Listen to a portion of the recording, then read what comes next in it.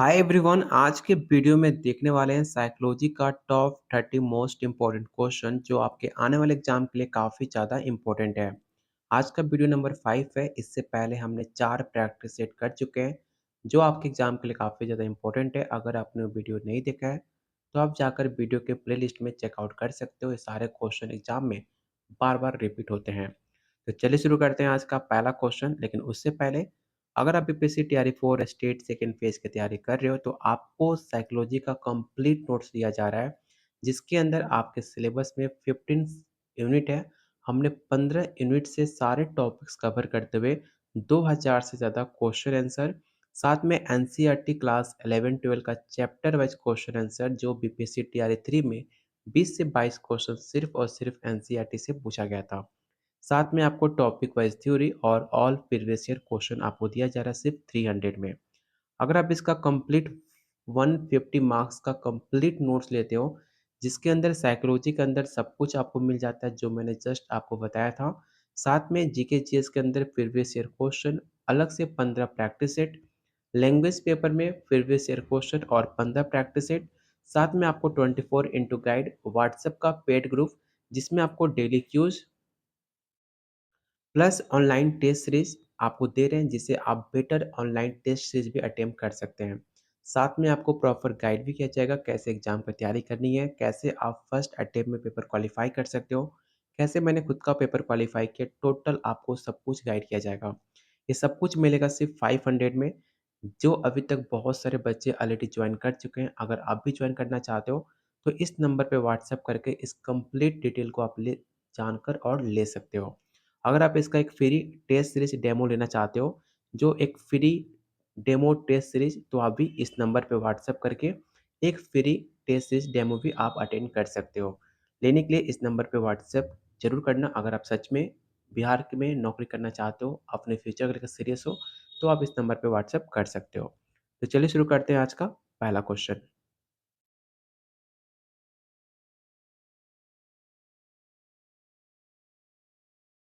हार्थोन अध्ययन का प्रतिपादन किसने किया है? पहला ऑप्शन है टेलर, गिलब्रेथ, मेयो या नेलर।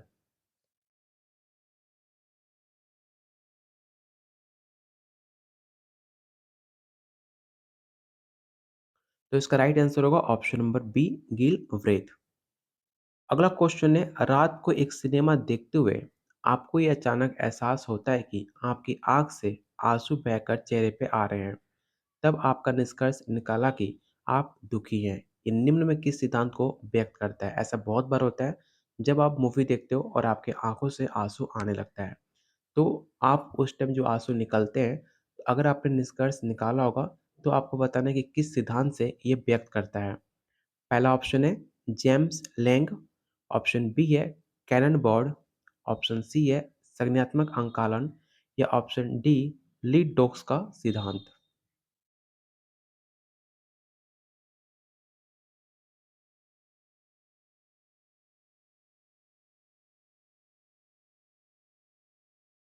तो इसका जो राइट आंसर होगा ऑप्शन नंबर बी होगा, कैनन बॉर्ड सिद्धांत। इस सेम क्वेश्चन आपको एनसीईआरटी क्लास 12 का चैप्टर 3 में जाकर आप चेकआउट कर सकते हो। टॉपिक आपको पढ़ना भी है कैनन बर्ड लर्निंग थ्योरी, ठीक है।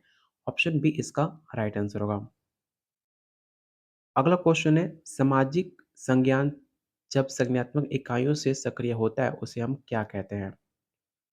पहला ऑप्शन है इमोशन, स्कीमा, एप्टीट्यूड या कंसेप्ट। जो आपका सोशल कॉग्निशन होता है वो किसके द्वारा एक्टिवेट होता है? Cognitive unit.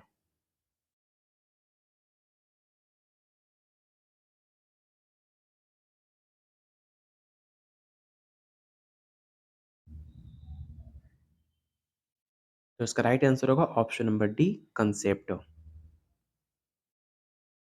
Question number 94, dash button में एक होता है जो सूचनाओं को ट्रांसफर करे एक जगह से दूसरी जगह, जैसे कि आपका फिल इन द ब्लैंक है। जो एक बटन दिया गया वो ये कहता है जो सूचनाओं को स्थानांतरण दूसरे न्यूरॉन ग्रंथि एवं मांसपेशियों में करता है उसे हम क्या कहते हैं? जो आपका इंफॉर्मेशन ट्रांसमिट करे आपके न्यूरॉन में, ग्लैंड में एंड मसल में।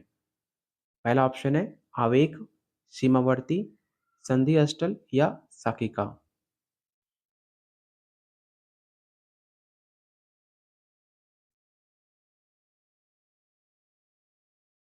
उसे कहा जाता है आपका इम्पल्स। जो आपका इम्पल्स होता है वो आपके ट्रांसमिटिंग इन्फॉर्मेशन को एक जगह से दूसरी जगह वो ट्रांसमिट करता है आपके न्यूरॉन में, आपके ग्लैंड में और आपके मसल में। तो ऑप्शन नंबर ए इसका राइट आंसर होगा। क्वेश्चन नंबर 95 जो काफ़ी आसान है, आपको बताना है कि म्यूटेशन क्या होता है? पहला ऑप्शन है जीन दूसरे रूप में बदलता है, क्रोमोसोम रूप बदलता है, एक्स एक्स क्रोमोसोम या वाई वाई क्रोमोसोम।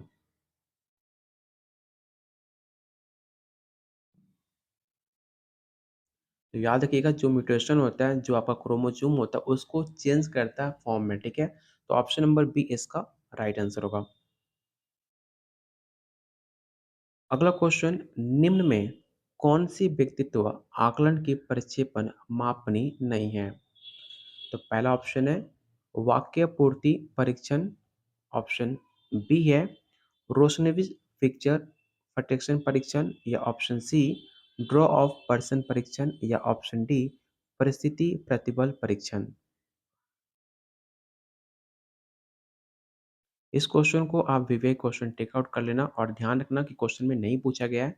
ये क्वेश्चन आपके बीपीएससी टीआरई 2 में पूछा गया था। इसका जो राइट आंसर होगा ऑप्शन नंबर बी हो जाएगा। जनसंख्या के प्रत्येक व्यक्ति के न्यायादर्श में शामिल होने के बराबर अवसर होते हैं। पहला ऑप्शन है यादृच्छिक न्यायादर्श में, यादृच्छिक न्यायादर्श में, श्रृंखला न्यायादर्श में या ऑप्शन डी आकस्मिक न्यायादर्श में।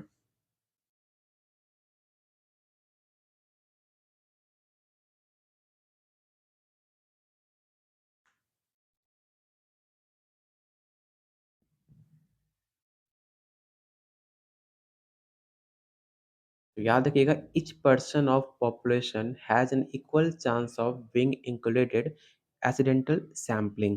ऑप्शन नंबर डी इसका राइट आंसर होगा। एक बालक ने काला सांप देखने के बाद ये निष्कर्ष निकाला कि सारे सांप काले होते हैं। ये किस प्रकार की तरकना का एक उदाहरण है? काफ़ी आसान क्वेश्चन है। अगर इसका आंसर आप बताते हो तो इसका कंसेप्ट आपका क्लियर है, क्योंकि काफ़ी आसान क्वेश्चन है, क्योंकि इस क्वेश्चन आपको सीटेट एस्टेट में आपने देखा होगा। थोड़ा सा लॉजिकल क्वेश्चन है, थोड़ा सा लैंग्वेज का इसमें मतलब गेम है। तो अगर आप क्वेश्चन आसानी से समझ जाते हो तो आप आसानी से इसका आंसर बता पाओगे। पहला ऑप्शन है क्रिएटिव थिंकिंग, क्रिटिकल, डिडक्टिव और आपका इंडक्टिव। तो इसमें इंडक्टिव और डिडक्टिव का कोई काम ही नहीं है, क्योंकि इंडक्टिव वो होता है जब आप वन ओपन एंडेड क्वेश्चन का आंसर बताते हो, उसमें कहा जाता है इंडक्टिव। जब आप यस और नो में आंसर देते हो उसे कहा जाता है डिडक्टिव। और क्रिएटिव तब कहा जाता है जब कुछ आप क्रिएट करते हो, लेकिन इसमें सिंपल सा क्वेश्चन आपको दिया गया है और आपको इसमें सिर्फ दिमाग लगाना, थोड़ा सा सोचना है। उसको कहा जाता है क्रिटिकल थिंकिंग, जो कि राइट आंसर होगा option number B. Question number 99, Meichenbaum के अनुसार टीका परीक्षण में प्रतिबल विकसित होता है, जो कि प्रतिबल प्रबंधन की एक तकनीक है जो निम्न से संबंधित है।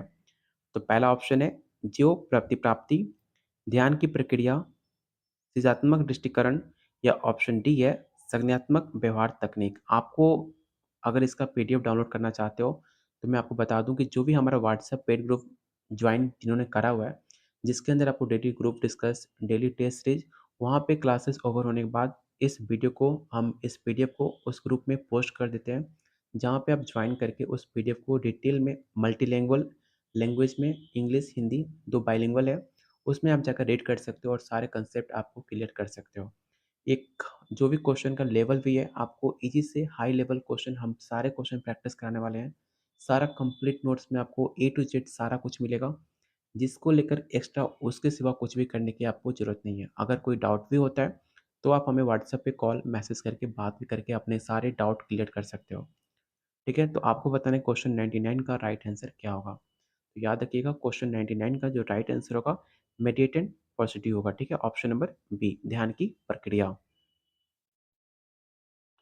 क्वेश्चन नंबर 100, आप अपनी शोध परियोजना में प्रदत्त एकत्रित करने के लिए साक्षात्कार अनुसूची में प्रयोग की योजना कर रहे हैं।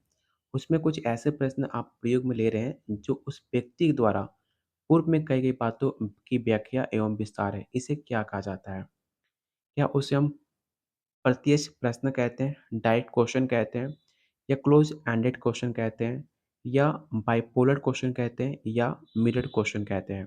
मतलब कुछ ऐसे क्वेश्चन जो आपके पास्ट से जुड़ा हो, जो आपने पहले कोई बात कही हो और उस बात को भी इसमें शामिल किया जा रहा है व्याख्या में, तो उसमें उस तरह क्वेश्चन को हम क्या कहेंगे आपको ये बताना है।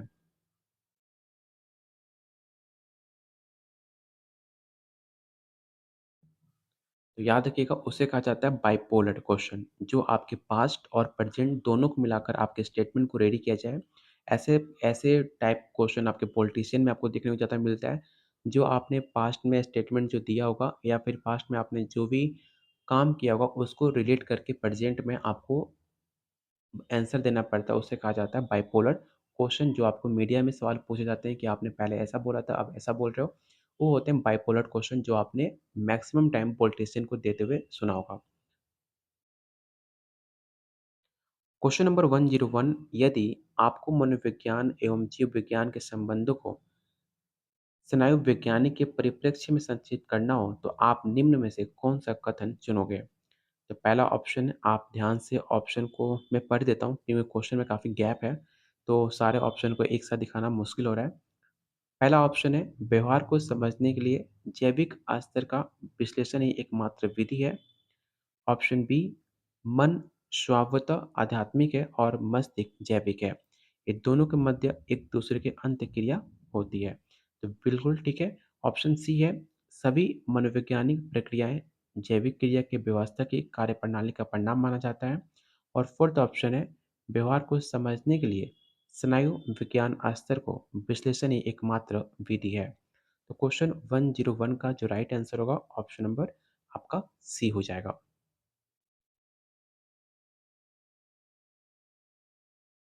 अगला क्वेश्चन, आँख की रक्षा उसका आकार निम्न में कौन बनाए रखता है? जो आपकी आँखें हैं, उसका रक्षा के लिए और उसके आकार, उसका शेप के लिए कौन उसको आकार बनाए रखता है, आपको ये बताना है। तो पहला ऑप्शन है श्वेत पटल, ऑप्शन बी है रंजित पटल या दृष्टि पटल या श्वेत पटल। Which of the following maintain the shape of the eye? जो आपके आंखें के जो आकार है उसको मेंटेन कौन करता है, आपको ये बताना है, जो आपकी खूबसूरती को और बढ़ाता है।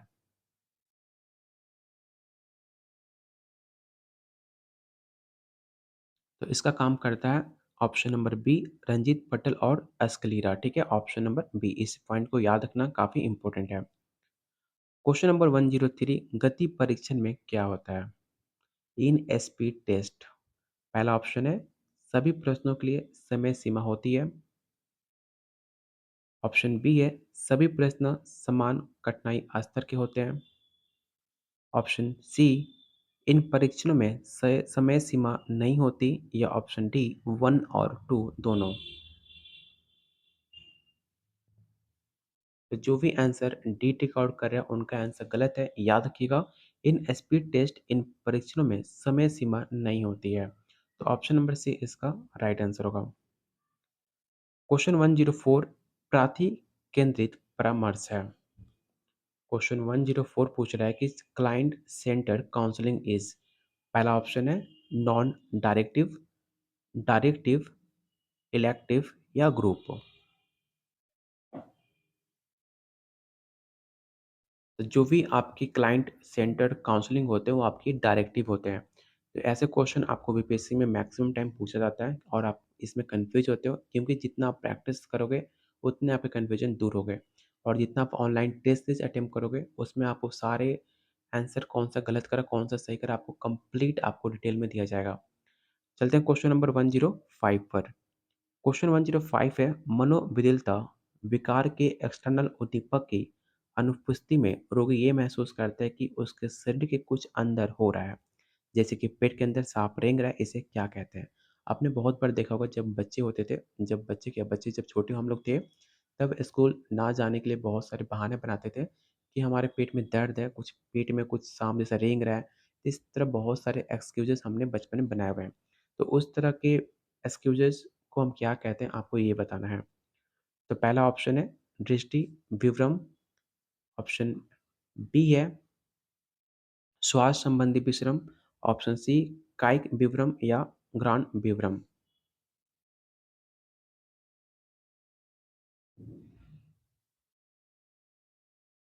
तो इसका राइट आंसर होगा ऑप्शन नंबर सी, ठीक है?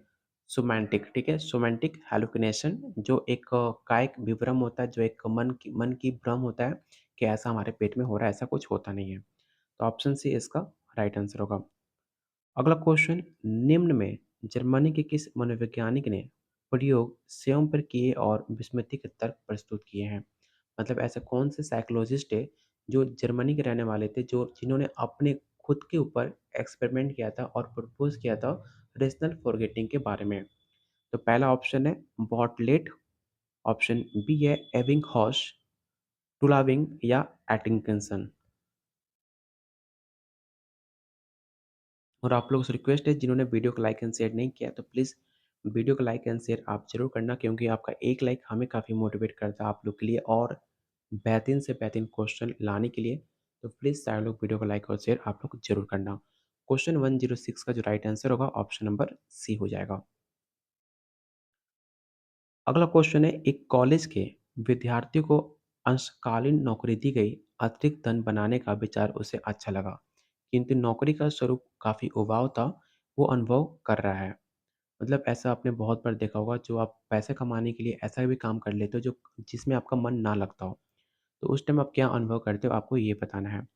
तो पहला ऑप्शन है उपागम ऋण, ऑप्शन बी है उत्तेजना का ट्रांसफ़र, ऑप्शन सी है परिहार ऋण या ऑप्शन डी है उपागम परिहार ऋण। तो आपको बताना है कि इसका राइट आंसर क्या होगा।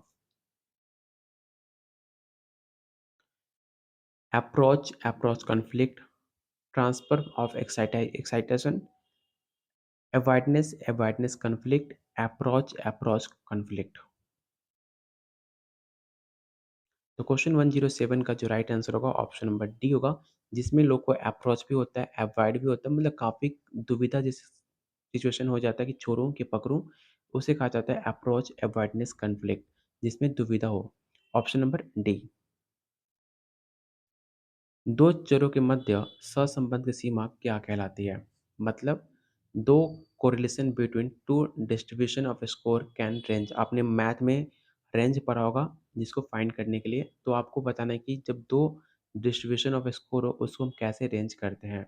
इन ऑप्शन को एक बार ध्यान से देखो और आपको बताना है कि क्वेश्चन का राइट आंसर क्या होगा।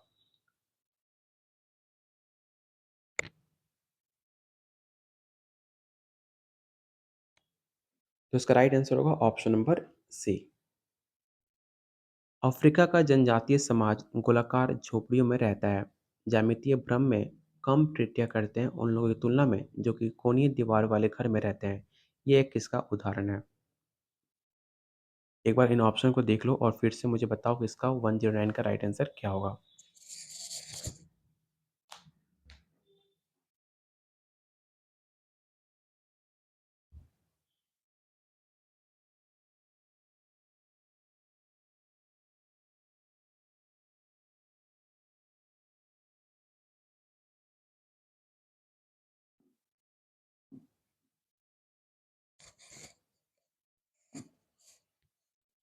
तो इसका जो राइट आंसर होगा ऑप्शन नंबर डी हो जाएगा, वातावरणीय प्रतिबल, ठीक है? जो आपका एनवायरमेंटल स्ट्रेसर होता है वो उसका राइट इफेक्ट करता है, ऑप्शन नंबर डी।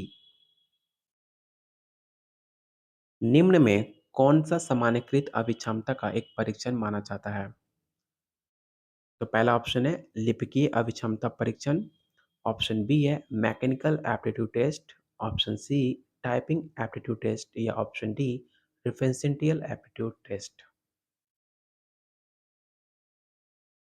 ये क्वेश्चन आपको बीपीएससी टीआरई 2 में पूछा जा चुका है, इसे आप याद रखिएगा। ये सारे क्वेश्चन किसी न किसी एग्जाम में पूछे हुए सवाल है, ऐसा नहीं है कि मैंने क्वेश्चन खुद से बनाया हुआ है। ये सारे क्वेश्चन ऑलरेडी एग्जाम में आए हुए सवाल हैं जो आपके एग्जाम में आ सकते हैं, क्योंकि मैक्सिमम पॉसिबिलिटी होती है जो क्वेश्चन एग्जाम में पूछे जाते हैं वो क्वेश्चन फिर से एग्जाम में आने के लिए, चाहे आपका यूपी हो, झारखंड हो, बिहार हो, हर स्टेट से मैंने इस क्वेश्चन में शामिल किया है जिससे आप बेटर प्रैक्टिस कर पाएँ। क्वेश्चन 110 का जो राइट आंसर होगा ऑप्शन नंबर सी होगा, टाइपिंग एप्टीट्यूड टेस्ट। सूचना प्रगमन सबसे अधिक किससे संबंधित होता है? जो आपका इन्फॉर्मेशन प्रोसेसिंग है, वो किससे क्लोज़ली अलाइन करता है, आपको ये बताना है। इन ऑप्शन को एक बार ध्यान से देखो और मुझे बताओ कि क्वेश्चन 111 का राइट आंसर क्या होगा?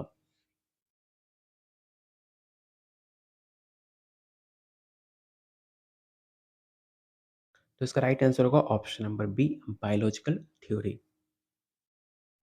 एनरेक्सिया, एनरेक्सिया नर्वोसा एक क्या है? आपने पढ़ा होगा सीटेट में, स्टेट में या फिर अपने बीएड में एनोरेक्सिया के बारे में। वो क्या है आपको ये बताना है। क्या एक स्लीप डिसऑर्डर है, सोने की बीमारी है?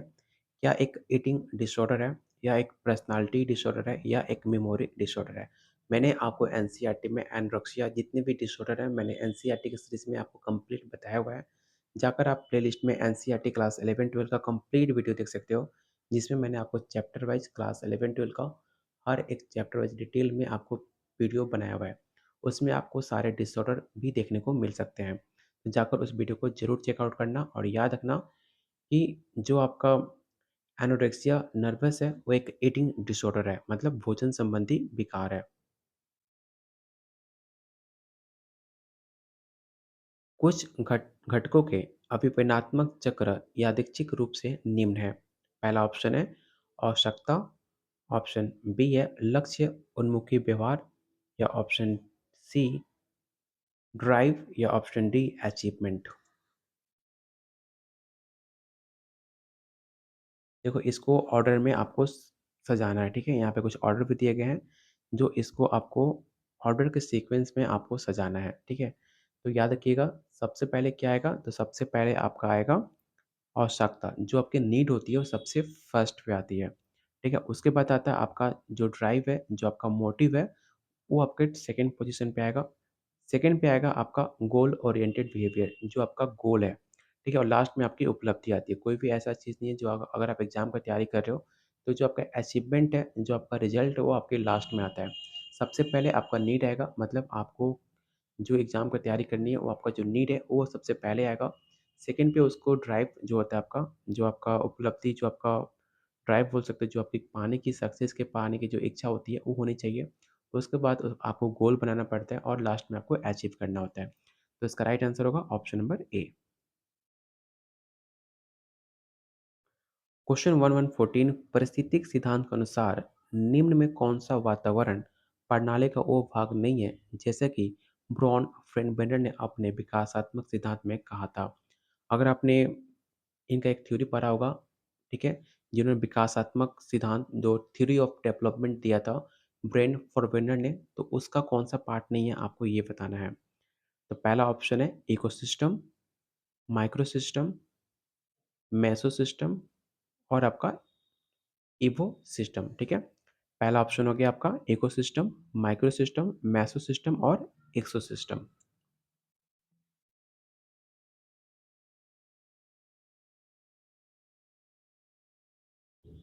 क्वेश्चन में नहीं पूछा गया है, जो कि राइट आंसर होगा ऑप्शन नंबर है इकोसिस्टम। अगला क्वेश्चन है अचेतन मन के आवेगों एवं मनोवैज्ञानिक रक्षा तंत्र द्वारा उनके नियंत्रण के बीच लंबे संघर्ष के परिणाम स्वरूप हमारा व्यवहार निर्धारित होता है। पहला ऑप्शन है आपका, इन ऑप्शन को एक बार रीड करो और मुझे बताओ क्वेश्चन 115 का राइट आंसर क्या होगा?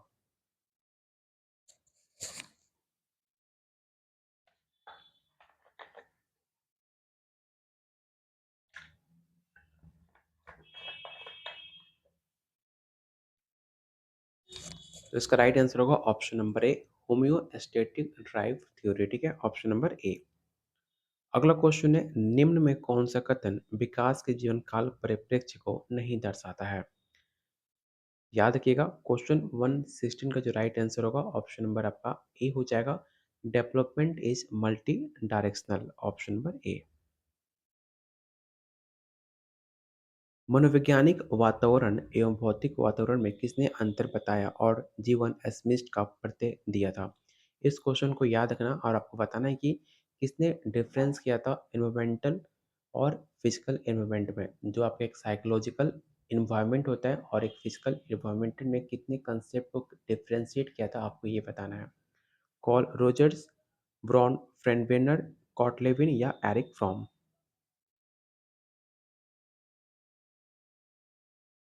तो नाम याद रखिएगा एरिक फ्रॉम का, जो काफ़ी इंपॉर्टेंट क्वेश्चन है। अगला क्वेश्चन, समीपस्थ विकास का क्षेत्र को संप्रत्यय किसने दिया? काफ़ी आसान क्वेश्चन है। जॉन ऑफ पर्समेंटल डेवलपमेंट, आपने सीटेट में पढ़ा होगा। 1 to 5, 6 to 8, 9, 10 सब में पढ़ना होता है, जो कि आपको लेव गेट्सकी ने दिया था। ठीक है, ऑप्शन नंबर सी। निम्न में कौन सा सेल गुण आनुवंशिक कारकों से अधिक प्रभावित होता है? मतलब which one of the following traits is most strongly affected by genetics influence? पहला ऑप्शन है बुद्धि, सोलुव्यतिता, एकात्मकता या चतुराई।